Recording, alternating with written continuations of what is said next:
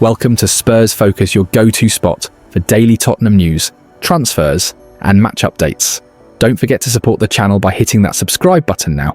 Let's dive into today's top story. Tottenham face Wolves on Saturday night, as Thomas Frank manages another squad rotation during a packed schedule.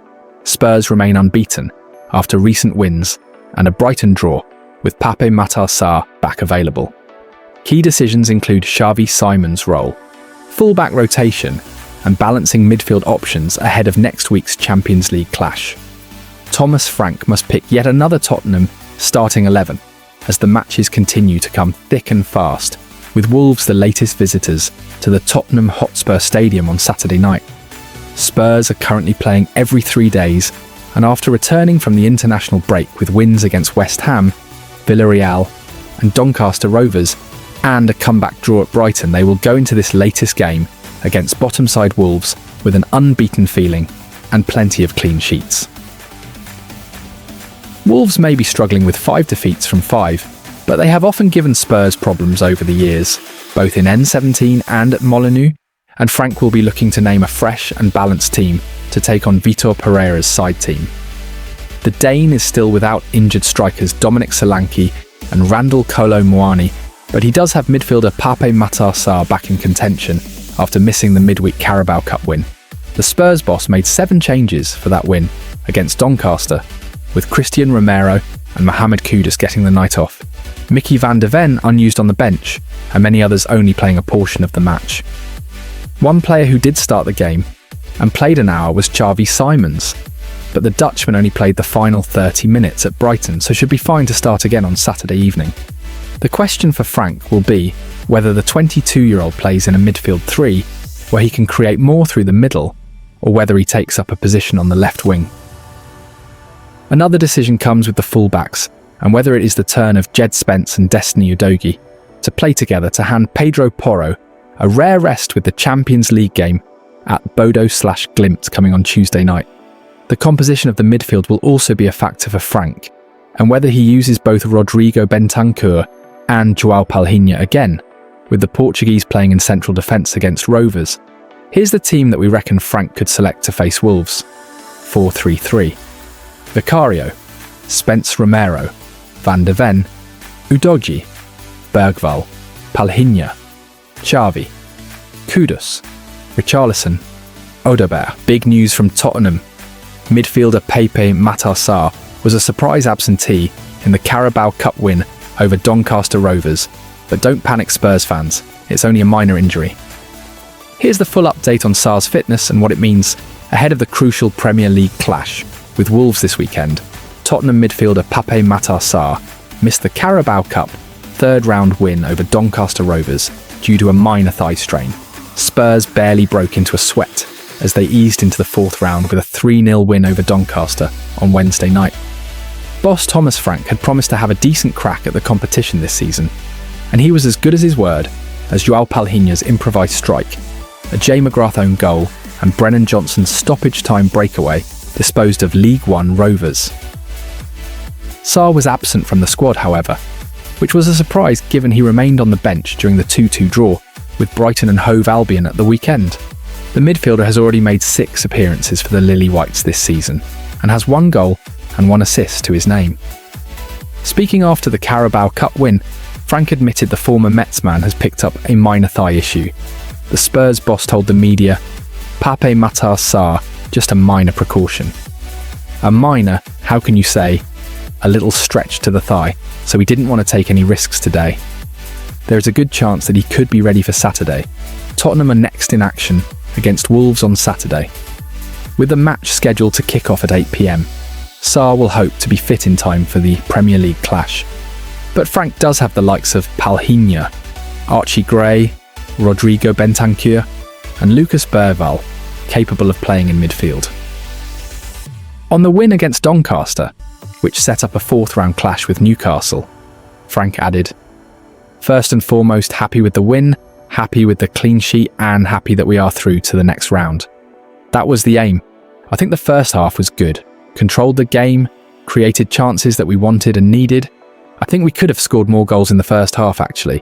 Got some big opportunities to Matthijs Tel, Rodri and a few other situations that were dangerous.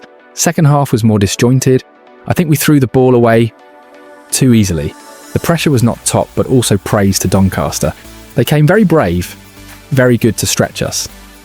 So if the pressure is not perfect, they made it difficult, so praise to them as well. Tottenham Hotspur have been rocked by a record-breaking £4.5 billion takeover bid, led by former DJ and tech entrepreneur Brooklyn Eric. But with the Lewis family standing firm and CEO Vinay Venkatesham stressing stability and long-term success, Spurs have made their stance crystal clear. Here's everything you need to know about the shock takeover approach and what it means for the future of the club. Former DJ and tech entrepreneur Brooklyn Eric is reportedly leading a 12-man consortium that has tabled a record-breaking £4.5 billion bid to take over Tottenham Hotspur. According to The Sun, Eric and his partners are prepared to shell out £3.3 billion to acquire the entire club from owners ENIC and the Lewis family, with an additional £1.2 billion set aside for player investments. Talk over the possibility of a full club takeover has ramped up since the departure of Daniel Levy as chairman, though the Lewis family continue to insist Spurs are not for sale. That stance was further reiterated by Tottenham CEO Vinay Venkatesham during a lengthy interview released on club channels. Alongside confirming reports of takeover approaches, he revealed the stance of the Lewis family. "Well, first and foremost, I know the Lewis family really well," he said. "I think it's important for our supporters to know that they're very, very passionate about Tottenham Hotspur, and they're ambitious for the club. And when I talk about their ambition, what they're really focused on is ensuring that everything that we do across the complete breadth of the club really centres back and is focused on giving our men's team and our women's team the best chance to be successful on the pitch over the long term. So that's their laser focus, all around being successful on the pitch. They know, of course, that we operate in a very competitive environment and that there are a number of other teams that have the exact same ambitions. We have to compete to win the biggest trophies in the game. So we know it's not easy and we know that there's hard work ahead. But that is the focus. They're also focused on stability. They know there's been lots of change at the club, and now it's time for some calm and for some stability. And finally, they believe and trust in the people that we have working in the organisation. Their model is all about empowering the people we have on the ground to deliver against the ambition they have, and of course the ambition that we all share. With Spurs making it clear that takeover approaches will not be entertained, it seems likely this approach will be met by the same answer.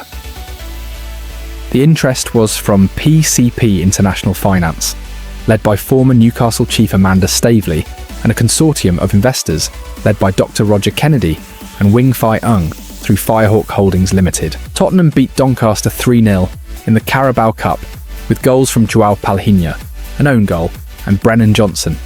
It marked Thomas Frank's fifth win and fifth clean sheet in 7 games, showing Spurs' strong Tottenham's start under Thomas Frank continues to show that foundations are being built by the Dane.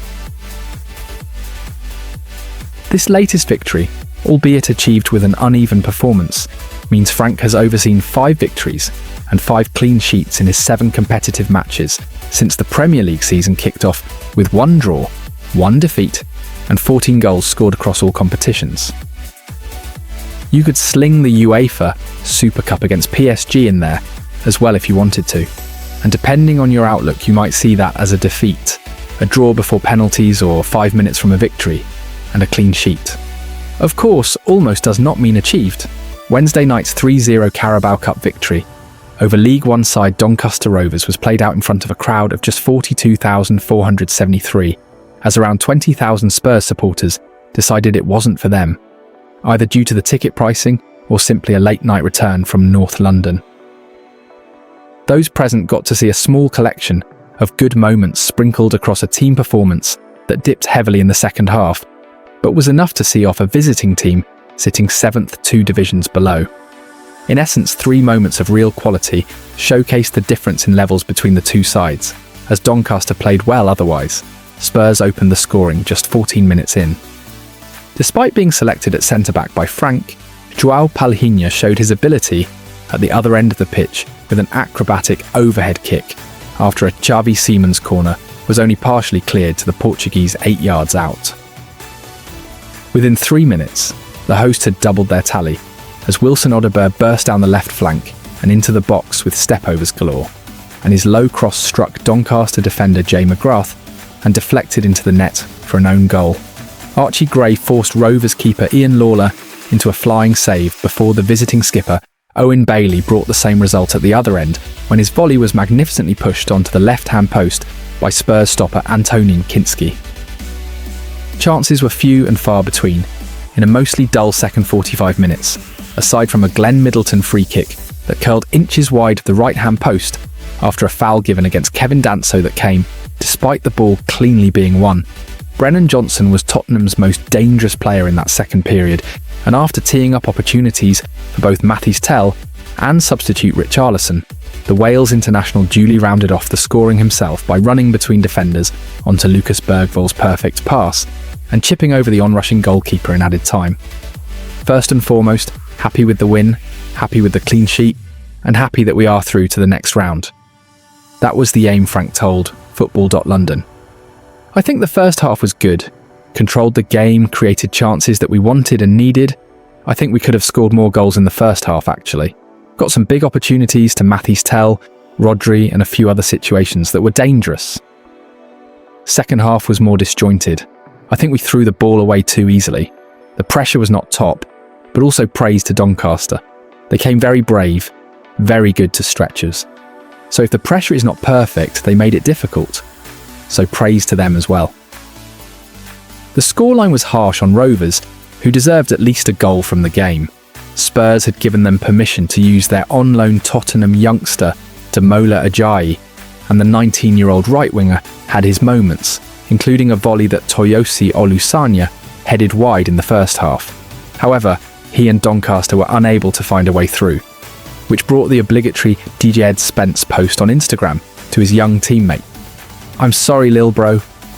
Welcome to the penitentiary," that came complete with a mocked-up image of Ajayi behind bars with Spence smiling in front of them. His teammate took it well in the comments underneath, with a Neil Warnock gif that would have brought back some memories for the fullback. When the team was announced ahead of kickoff, the expectation was that due to injuries to various centre-backs, Archie Gray would be returning to his centre-back role of last season, while João Palhinha would line up in the midfield alongside Rodrigo Bentancur and Xavi.